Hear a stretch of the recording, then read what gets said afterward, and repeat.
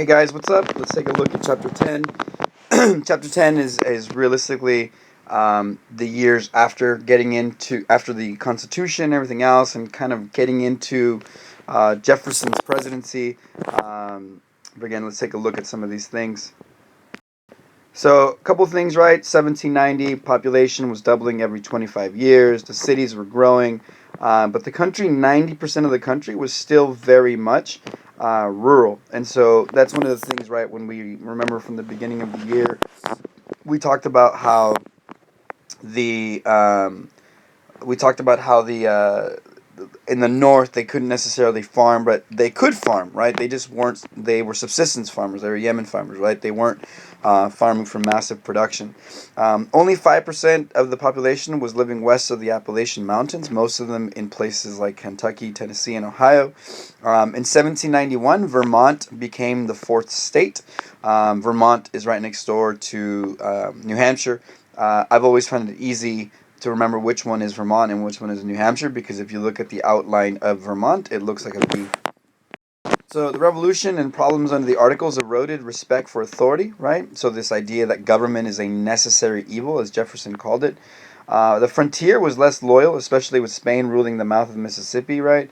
So again, the question, one of the key elements, right, or the key sort of things that the country had to deal with initially was how do we keep the country? How do we keep the country together? So the government operating on very little revenue, right? So we didn't have a lot of ways to make money initially. So there was huge public debt and not a lot of coin. Many regarded creation of a huge republic as impossible, right? And if you think about it, right, if we were successful, think about what that would mean for the monarchs of like Europe, right? Like, what would their people think if we can form a government that is actually run the way that it's run? That what would it do for the people of Europe? So in 1789, Washington was unanimously elected president by the Electoral College. By this point in class, we will have already talked about the Electoral College, and just remembering, right, the Electoral College, the number of votes that each state gets is equal to the number of House of Representatives plus the Senate. So again, California has 53 members of the House, 2 members of the Senate, so we get 55 votes. The procession for the president went from Mount Vernon to New York, took the oath on April 30th, 1789, on the balcony over Wall Street. Again, I'll show you a little bit from John Adams where that took place. Washington established something that was not in the Constitution. He established the cabinet, which essentially becomes his secretaries, right? The Secretary of State to deal with international affairs was Thomas Jefferson. He called him back from France to deal with it. In order to deal with the Treasury, he asked Alexander Hamilton of New York to do it. And then the Secretary of War, which today is the Secretary of Defense, one of his close associates, Henry Knox. And so one of the things that he developed a practice of cabinet meetings, right? So helping the president. So many states, we talked about this too in class, many states had ratified the Constitution on the grounds that the Bill of Rights would be added. So remember Massachusetts. So James Madison was charged with writing, or drafting, I should say, the amendment. So there were many, many, many amendments that he drafted. And remember, an amendment is just an addition or a change, right? So once the Constitution was ratified in 1789, it was Madison's job to add. So if you look at the first 10 amendments of the Constitution, they'll usually have the years 1791 next to them, okay? So, like I said, right, the first 10 amendments were included. They were adopted by the required number of states. Again, these included basic rights like freedom of religion, press, or speech, the right to bear arms, trial by jury, assembly, petition, right? I gave you guys the chart, which I think is a really important chart for you guys to take a look at. The chart that has the Bill of Rights. And so on the one hand, you have what is each one, right? And at the end, right, this is you have why was it included, right, which I think is really important. So make sure that you do review it. So amendment number 1, right, freedom of religion, speech, press, and assembly and petition. So one of the things that you have to think about is that, like, realistically, this is like an expression amendment, right? Because freedom of religion can mean what it means, right, is both being able to believe what it is you want, but it also means freedom from religion, right? So the government cannot establish a national religion. So there's a lot of things that come into question, right? So hopefully we'll have a little bit of a conversation in class regarding some of these, right? Freedom of speech, again, what does that mean? Being able to verbalize, being able, your actions, right? Press, again, in terms of writing, assembly, right? Being able to protest peacefully. And then petition, right? Being able to actually gather signatures. Amendment number 2, right? The right to bear arms, which is very controversial, right? What does it mean? Does it mean that I can own an assault rifle? Does it mean that I can own a tank? What does it mean? Amendment number 3, right? Soldiers can't be housed in civilian homes during peacetime. And I made a little bit of an error here, so I forgot amendment number 4, but what you have here is amendment number 5. But again, on your worksheet, it's on there. And so amendment number 4 is actually, again, the illegal searches and seizures, right? So that comes from the writs of assistance. The one that's here is actually amendment number 5, which actually has a lot of stuff on here, right? The right to refuse to speak during a civil trial, so you don't have to incriminate yourself. There's no double jeopardy, so if you have questions about that in class, I can explain it. The right to that your property cannot be taken without due process. Amendment number 6, the right to speedy trial and public trial. Amendment number 7, right to trial by jury when the sum exceeds $20. Remember, $20 in 1791 is a lot of money. Amendment number 7 or number 8, no excessive bail, fines, and/or fees, no cruel and unusual punishment. Amendment number 9 is a really important one. It's called the People's Rights Amendment because James Madison basically said, like, we can't possibly list every single amendment, right? And so what he said was, look, just because it's not here doesn't mean it's not, or right, excuse me, it's not protected. And then amendment number 10 is also called the Federalism or the States' Rights Amendment because what it states basically, right, is the sharing of power. So it's the Federalism Amendment because it basically says that if the law doesn't exist at the federal level, right, it actually can be used by the state. So one of the very first things that the country had to deal with, it had to deal with the debt. And so George Washington basically tells Alexander Hamilton, hey, man, fantastic. Thanks for accepting the job. Guess what? Your job is to deal with the country's debt. And so brilliant Treasury Secretary Hamilton developed a plan to help the economy. The economy, though, was going to have to be, it was going to have to grow with the help of the wealthy. And so if we could get the wealthiest Americans to invest in the country, obviously they would want the country to be successful because why would you invest in something if you didn't want it to be successful? Because if it's successful, then you actually make more money. So if we were his idea was that if we put the country's economy in the hands of the wealthy would ensure that the country did well. So one of his very first goals was to try to bolster U.S. credit, right? So being able to get other countries to maybe invest in us, maybe let us borrow money with the idea that we would actually pay back.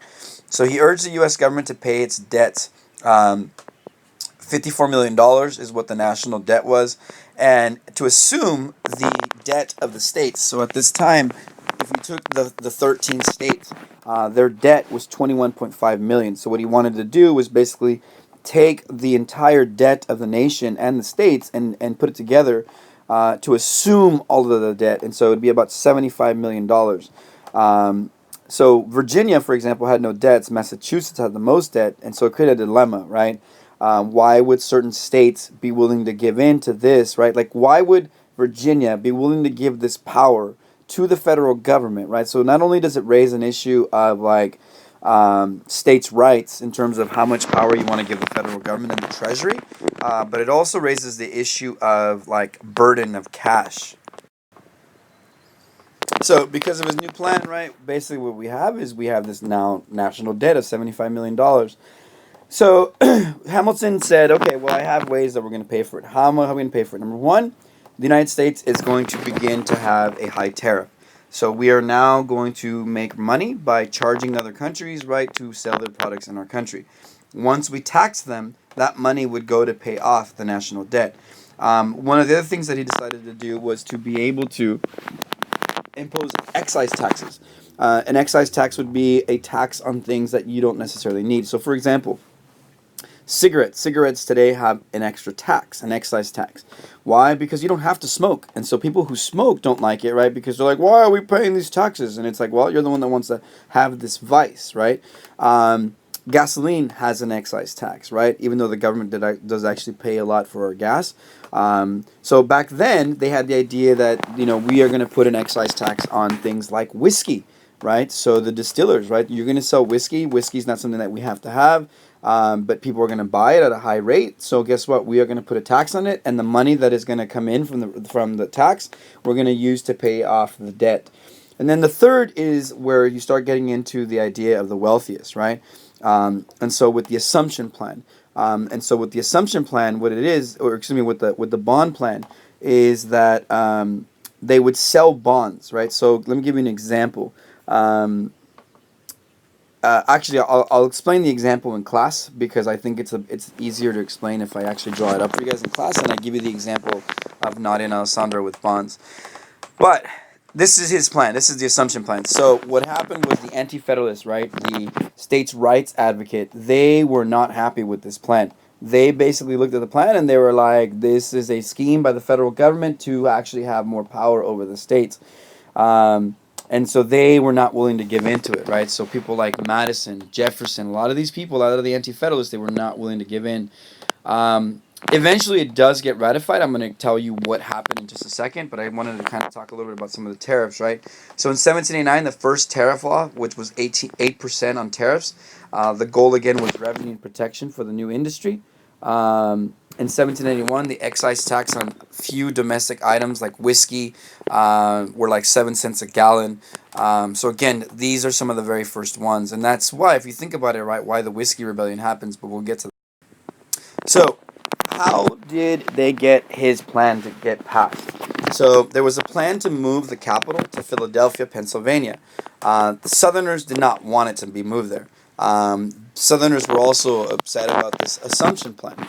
So Jefferson basically took initiative here. And what he did is, while he was in New York, he invited both Hamilton and Madison to his house. And they had a dinner. And so at the dinner, they discussed a compromise, that this was not even being discussed in Congress, right? These are just leaders of their different political sects, right, or different factions, right? Hamilton being sort of the leader of the Federalists, and Jefferson and Madison sort of being the leaders of the Anti-Federalists or Democratic Republicans. So what they decided, what they came up with was the Southerners wanted the capital to be in the South. The Federalists, right, they wanted the assumption plan to be passed.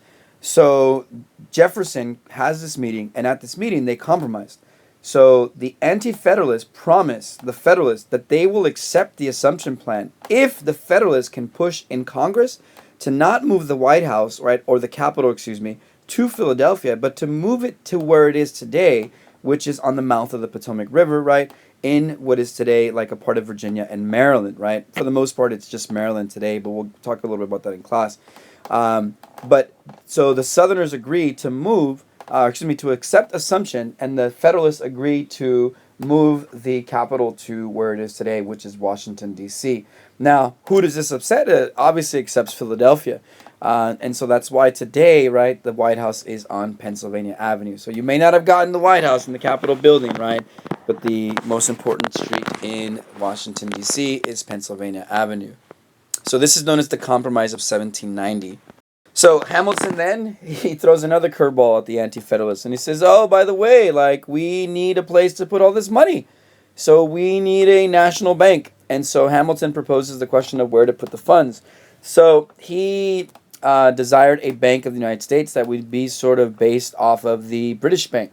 Again, it would provide a place to put the government funds, which would stimulate business by remaining in circulation, right, the money. They would be able to print paper money, providing sound national currency, right, instead of state currency. And again, this is one of those things where the states are going to go, well, wait a minute, like, where in the Constitution does it say that you can do this?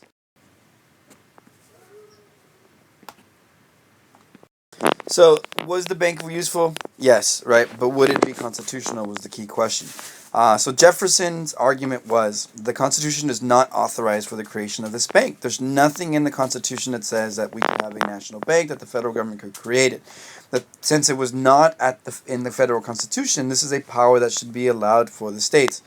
So what ends up happening is Jefferson and the Anti-Federalists, they become what is known as strict constructionists of the Constitution.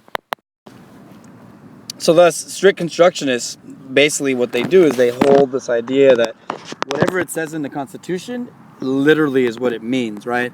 So they are literal interpreters of the Constitution. Hamilton, on the other hand, argued that the government could do whatever was not forbidden.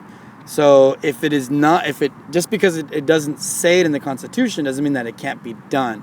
That the founding fathers could not have possibly come up with every type of scenario. So therefore, he's going to become what is known as a loose constructionist of the Constitution, which means that the Federalists believe that the Constitution was a document that was well and alive, and that actually it was very elastic. It could be bent.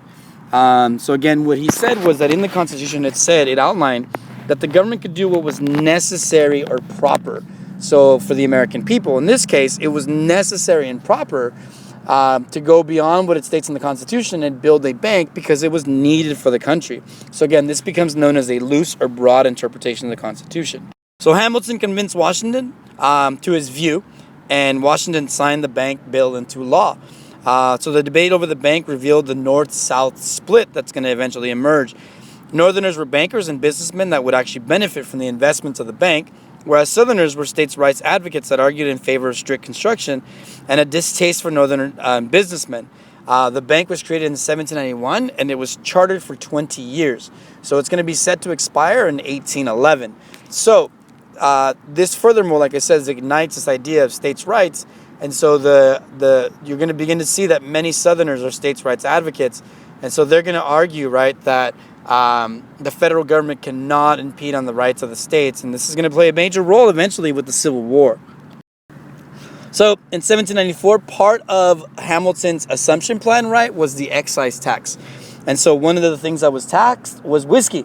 And so in 1794, there was a lot of whiskey growers, or distillers, I should say, in Pennsylvania. And so in 1794, these distillers decided that the tax was unfair, and they decided to revolt in Pennsylvania. So this was a huge test of the federal Constitution, right? Because the legislative branch had essentially passed the assumption plan, right? Made it okay.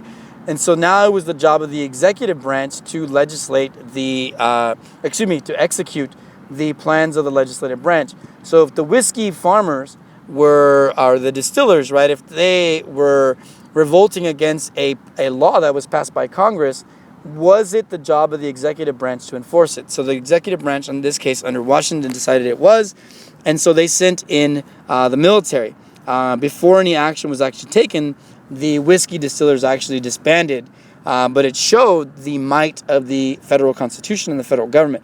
The Democratic Republicans felt like it was an excess of power by Washington and the federal government and the Democratic Republicans. So it raises the question of things like Shays' Rebellion, right? So under Shays' Rebellion, when a rebellion like this occurred, the federal government had no military to do anything with it, right? But under the Constitution, right, they now had the authority to do so. So Hamilton's success resulted in solid U.S. credit, but policies infringed on states' rights, like we were saying. Organized opposition began to build. People like Jefferson and Madison, right, were the first ones, but it flowed out in the newspapers and stuff. The founding fathers had not anticipated, right, that there would be political parties. Everybody knew that people had different opinions, but these were some strong things that people had different opinions on. And so eventually these Federalists and Anti-Federalists, right, we're going to see them emerge into the first two political parties, which are the Federalists and the Democratic Republicans. Then in 1789, some of the first foreign things began to emerge, right? So in 1789, the French Revolution broke out, and Louis the 16th and Marie Antoinette were beheaded by the Jacobins. Americans, especially Jefferson, cheered the beginning of the French Revolution because it was anti-monarch. However, when the Reign of Terror began, the Federalists opposed it because could you imagine, right? The American leadership in our country, if they cheered on the French Revolution, right, they'd be basically advocating to the American people that beheadings and this crazy revolutionary thing was okay. So it began this war, right, which spread to the New World in terms of who we were going to side with. So the Franco-American Alliance of 1778 was still in effect, bound the U.S. to protect the French West Indies. But the Franco-American Alliance was signed with Louis the 16th, and so now he has no head. The Jeffersonian Democratic Republicans favored honoring the alliance, entering a conflict against Great Britain because the Jacobins had declared war on Great Britain. However, Washington knew the U.S. was weak militarily and economically and that the war needed to be avoided. So in 1793, without Congress, President Washington issued a neutrality claim, basically saying that the United States would stay out of this war. So the proclamation essentially was a warning sign to the American people, right, that we should be impartial to these type of conflicts. The French, there was a man who came, known as Citizen Genet, who came over to try to convince many of the American people to side with the French. Genet believed the proclamation did not reflect the people and began to recruit Americans to the side of the French. And President Washington demanded that the French recall Citizen Genet, which did not leave a good taste in the mouth of the French government. So this is a painting of Citizen Genet. So the British made neutrality difficult. So even though we said, look, we're not going to side with the British and we're not going to side with the French, they made it really difficult. So what happened was the French began to blockade British waters, and the British began to blockade French waters, and the French began to blockade British waters. And so one of the things that happened was that the British made things really difficult, because one of the things that they began doing was they began seizing American ships along the Atlantic and actually recruiting the sailors on those ships. This became known as the process of impressment. Another thing that the British were doing was they began arming the frontiers Indians with weapons to attack the American frontier. So the British are pissing us off for two reasons. So as a result, people like the Democratic Republicans who were anti-British, like Jefferson, they began demanding that we should go to war with against the British because of what they were doing. But the Federalists in New England, who were most of the businessmen and the bankers, in the North, I should say, right, they didn't want a war with England because they were our biggest trade partner, so it wouldn't make any sense. So to avoid war, Washington sent John Jay, a Federalist, to London to negotiate a treaty. So Jeffersons were concerned about John Jay's loyalty because, again, they were only sending Federalists. Hamilton decided that he was going to connive the Americans into this meeting. And one of the things that he did was he actually sent all of the negotiating agreements to the British beforehand, so that the actual negotiations would take place and that they would go the way in which the British would want them, which meant that the Americans would actually have to sign this treaty with the British, which would keep us out of a war, but it would actually have the Americans sign a treaty with the British and not with the French, which would eventually piss off the French. But in Hamilton's eyes, it would actually be good for the Americans because we would keep our biggest trade partner. So this became known as Jay's Treaty. One of the things that the Jeffersonians felt with the treaty was that it surrendered American claims to the British. We sort of saw it as a betrayal, or the Jeffersonians did. Jay's Treaty gave life to the new Democratic Republican Party. It kind of tarnished Washington's popularity in the South, which is kind of interesting because he's from the South. One of the things that happens as a result of this too is that Spain, fearing the U.S.-British alliance, actually allowed the Americans to once again use the Mississippi River for commerce under a treaty known as Pinckney's Treaty. Then in 1796, exhausted from diplomatic and partisan battles, I should say, Washington decided not to seek a third term, which kind of establishes a two-term president. And so in his farewell address, which is really important, Washington says that the United States should stay out of the affairs of other countries unless it would mean that it would affect the United States economically. So in 1796 campaign, the Democratic Republicans criticized the crushing of the Whiskey Rebellion and Jay's Treaty, so they were very critical. So John Adams was supported by New England and Northerners. He defeated the Democratic Republican nominee, Thomas Jefferson. Well, the way that it worked initially was, it doesn't work this way anymore, but the way that it worked was that whoever got second place in the Electoral College votes would actually become the vice president. So in this case, John Adams became the president, but Thomas Jefferson became the vice president. So the French were upset by Jay's Treaty. They saw it as a violation of the 1778 agreement with the United States. So French warships began to seize American ships, about 300 of them by 1797 along the Atlantic. The French refused to receive new U.S. representatives. They threatened to arrest them. So Adams, like Washington, decided to do something very similar, like Jay's Treaty. So he decided to send a 3-person delegation led by John Marshall, another Federalist, to France to negotiate a neutrality treaty with the French. In 1797, the delegation reached Paris to meet with the French foreign minister, a guy by the name of Charles Maurice de Talleyrand. And so that was the purpose of the meeting. Well, what ended up happening was that rather than Talleyrand meeting them, they were approached by 3 go-betweeners, or like middlemen. These guys were, their names, we know them now as Jean Conrad Hottinger, Lucien Hotteval, and a Mr. Bellamy. At the time, their names were not known to the American public, and so they became known as Mr. X, Y, and Z. So these men demanded that that John Marshall and the other men there pay $250,000, like a bribe, to be able to see Talleyrand. And so John Marshall and the American emissaries, they decided to go back to the United States, and they tattletaled. They told Washington, right, like, we were not allowed to meet with Talleyrand. And so one of the things that happens is that because they were not able to meet with Talleyrand, the United States saw that as sort of a threat. So the Americans, there were some Americans who wanted war. The Federalists were delighted because we would be going to war with France. The Jeffersonians were embarrassed by the French because they had sided with the French. And so the U.S. began to prepare for war. They expanded the Navy. They established the Marine Corps. And again, they were able to redo this because they were now federal funds. So 1798 to 1800, in what became known as a quasi-war, there was an undeclared hostility between the Americans and the French.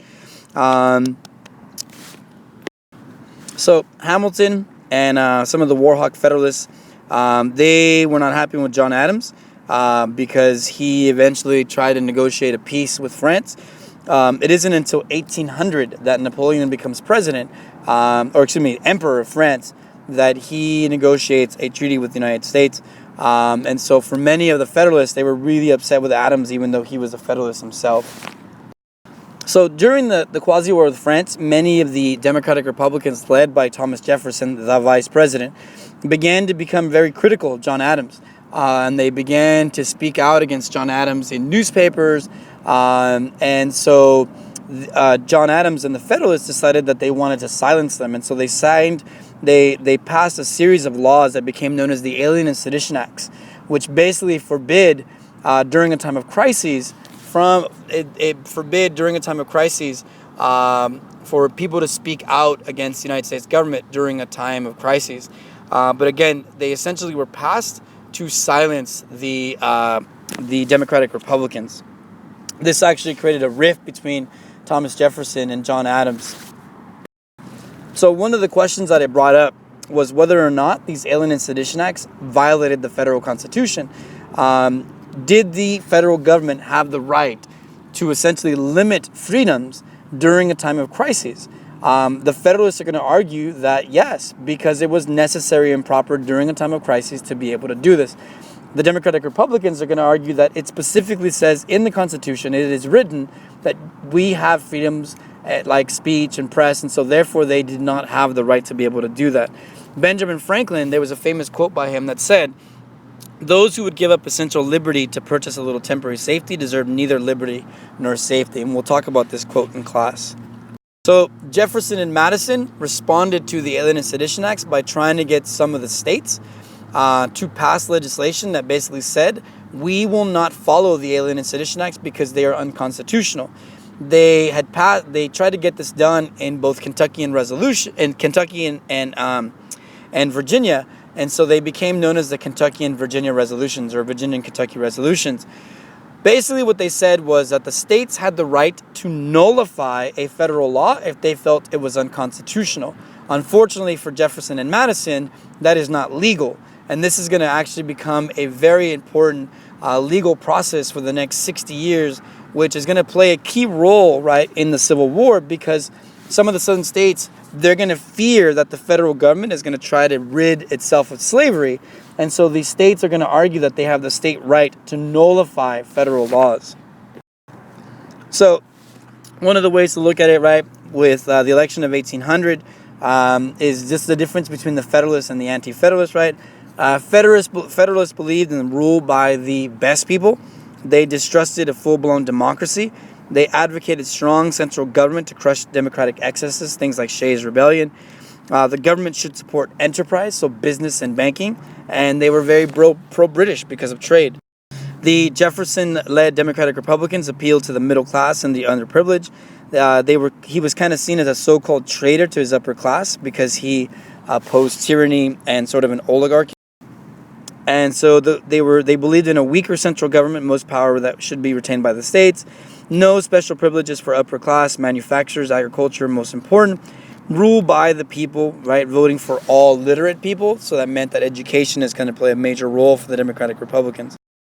So the importance of land ownership to democracy, right? Jefferson championed free speech, pressed to expose misdeeds of tyranny, and very pro-French. And again, we're going to talk about this with some charts.